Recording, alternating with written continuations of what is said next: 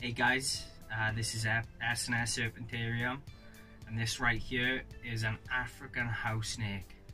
They're hardly ever seen in the hobby, and I'm unsure why. They're an absolutely amazing species to keep. Extremely docile, as you can see. Not quick moving at all. Very happy plodding along on my hands here. Not hardly ever defensive at all. They can sometimes be a bit keen when feeding, so you need to watch your fingers when feeding. They grow to a maximum size of 4 foot, but 3 foot is much more typical for these guys really. They, as adults, should be fed a large mouse every other week. You need to watch what you're feeding because they have such great appetites, it can be easy to get them fat. This girl, she's had a few litters for me, and I think by the looks of her belly, I think she's gravid again. The babies can be very, very difficult to get going, but once you get them going, they are absolute steam trains with their food.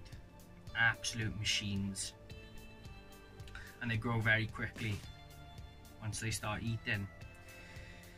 These guys, because they're a smaller snake, a 3 foot viv would be ideal. You could even really keep them in a 50-litre rub without anyone saying you're being cruel. They don't like too high of a temperature. A hot spot of about 88 degrees and a cool end of 75 is great. They're very hardy. They'll tolerate a lot of mistakes being made. Humidity.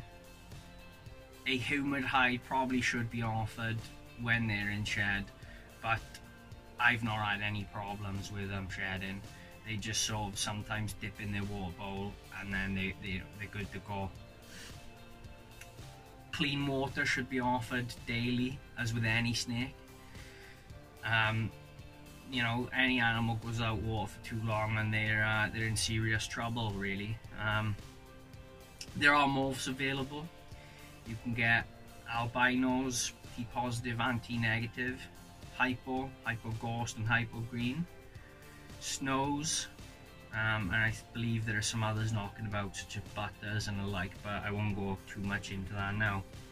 The normals are a sort of reddish brown rust colour, as you can see on this girl, but I think really they're not the prettiest snake in the world, but they do have a lot of beauty to them. They really do. They've got a lot of subtle patinations all down their dorsal. You probably won't be able to see that on this video here.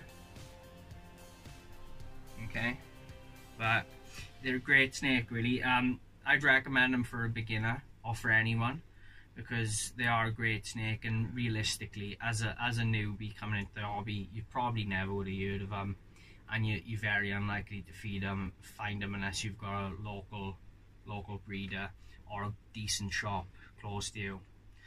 So that'll be it for today guys. Thanks for watching, and I'll see you in the next one.